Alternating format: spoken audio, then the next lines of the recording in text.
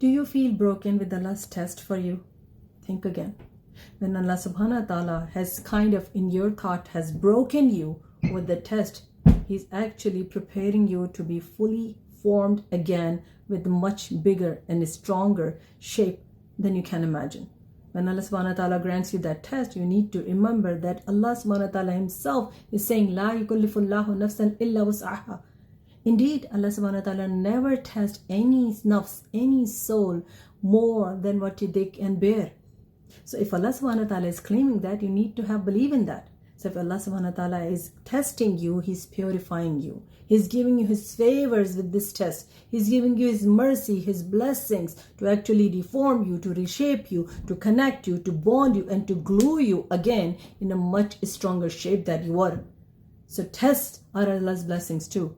And if that test brings you closer to Allah subhanahu wa ta'ala, that definitely is Allah's biggest blessing for you. So think about those testing times. Think about those turbulence. Think about those issues. And then see how they bring you closer to Allah subhanahu wa ta'ala. If they're not bringing you closer to Allah subhanahu wa ta'ala, they're astaghfirullah, sending you away from Allah subhanahu wa ta'ala, think again and connect your heart and your mind with Allah subhanahu wa ta'ala.